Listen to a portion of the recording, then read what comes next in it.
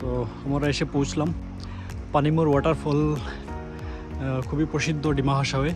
তো সেই ওয়াটারফলের আমরা গেটেও এসে পৌঁছেছি। এদিক দিয়ে আমরা যাব ওয়াটারফলের ভিতরে।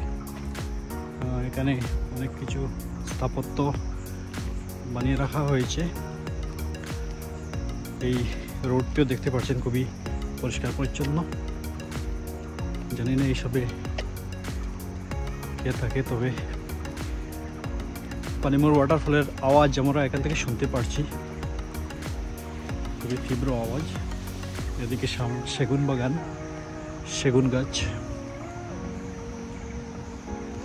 খুবই সুন্দর রোড। আমাদের কালাইন থেকে এখানে পৌঁছতে অনেক সময় লেগে গেল, 6 ঘন্টা সময় লেগে গেল। কারণ ডিমা হাসাও জেলায় প্রবেশ করার পর ডিমা হাসাও জেলার রাস্তার অবস্থা খুবই ভয়ানক। যদিও আন্ডার কনস্ট্রাকশন, কিন্তু খুবই সময় লেগে গেল আমাদের।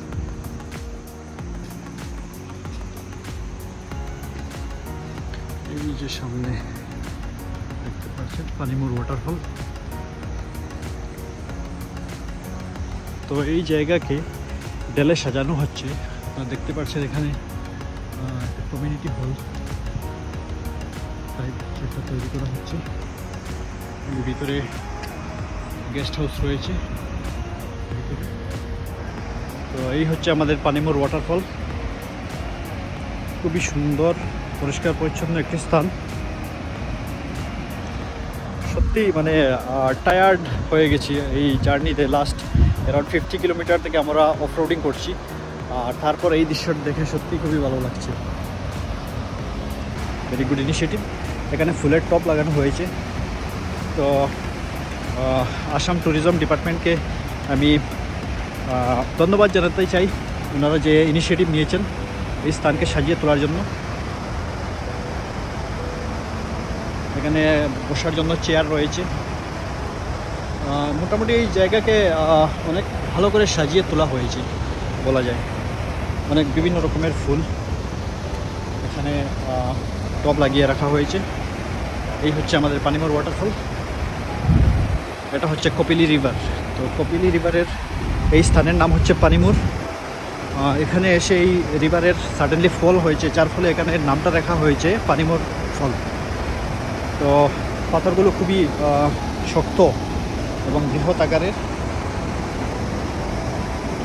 লাল একটু রেডিশ কালারের পাথরগুলো। তো নদীর কালার আপনারা দেখতে পাচ্ছেন, গ্রিনিশ টাইপের কালার। কপিলি রিভার, এই কপিলি রিভার মেঘালয়ের জয়ন্তিয়া পাহাড় থেকে শুরু হয়ে ডিমা হাসাও জেলা হয়ে মরিগাঁও নোয়াগাঁও জেলা হয়ে এটি ব্রহ্মপুত্র নদীতে বিলীন হয়েছে। তো দেখুন সুন্দর দৃশ্য। এখানে দেখুন যে জল এখানে ফল হচ্ছে সেটা কিন্তু বাষ্পের মতো উড়ে যাচ্ছে। খুবই সুন্দর একটি দৃশ্য এখানে। আমার তো খুবই ইচ্ছা করছে এখানে যে লাফ দেওয়ার এবং সাঁতার কাটার, কিন্তু সাঁতার কাটার জন্য পর্যাপ্ত কাপড় আনিনি, সেই জন্য বিরত থাকতে হচ্ছে। কিন্তু নেক্সট বার যখন আসবো তখন নিশ্চয়ই এখানে সাঁতার কাটবো। ওইদিকে নদীর ওই পারে আমরা দেখতে পাচ্ছি কিছু পরিকাঠামো তৈরি করা হয়েছে। নিশ্চয়ই পর্যটকদের জন্য একটা ওয়াচ টাওয়ার আমি দেখতে পাচ্ছি। ওয়াচ টাওয়ার তৈরি করা হয়েছে এবং কিছু ভিউ পয়েন্ট তৈরি করা হয়েছে। খুবই সুন্দর একটা ইনিশিয়েটিভ আসাম গভর্নমেন্টের পক্ষ থেকে। আসাম ট্যুরিজম ডিপার্টমেন্টকে আমি আবারও ধন্যবাদ জানাচ্ছি। তবে এই স্থানে অনেক টুরিস্টরা এই স্থানের বিষয়ে জানেন না, তো সেটার পাবলিসিটি পর্যাপ্ত পরিমাণে করা হয়নি আসাম গভর্নমেন্টের পক্ষ থেকে। তো সেই পাবলিসিটির জন্য আমার মনে হয় আরও বিভিন্ন উদ্যোগ নেওয়া প্রয়োজন আসাম গভর্নমেন্টের। আর এই স্থানে যে যাতায়াত ব্যবস্থা, মানে সড়ক যোগাযোগ ব্যবস্থা, সেটা কিন্তু খুবই পুরো। তো সেটার উপরও আসাম গভর্নমেন্টকে কাজ করার জন্য আমি অনুরোধ করছি। এখানে সম্ভবত একটি মন্দির রয়েছে, দেখে আমার এমনই মনে হচ্ছে। যাই হোক, সব কিছু মিলিয়ে এই জায়গাটা খুবই সুন্দর একটি স্থান। ডিমা হাসাও জেলার পানিমুর, এই পানিমুর নামক স্থানে এই দৃশ্য আপনারা আসলে দেখতে পারবেন। তো আমার বন্ধুরা ওখানে গিয়েছেন, তো ওই স্থানে যাব। যাওয়ার জন্য দেখতে পাচ্ছেন রাস্তা সঠিক কোনো রাস্তা নেই, তাই রাস্তাটা খুঁজে পার করতে হচ্ছে আমার। আমি একদম কিনারে চলে এসেছি পানিমুর ওয়াটারফলে। এখন এই জলকে আমি স্পর্শ করতে যাচ্ছি। অনেক ঠান্ডা, জল প্রচণ্ড ঠান্ডা, খুবই আরাম লাগছে এই নদীর জলে মুখটা ধুয়ে। তো খুবই একটা সুন্দর মনোরম দৃশ্য। পাশ থেকে আপনাদেরকে দেখাচ্ছি, জল বাষ্প হয়ে চলে যাচ্ছে।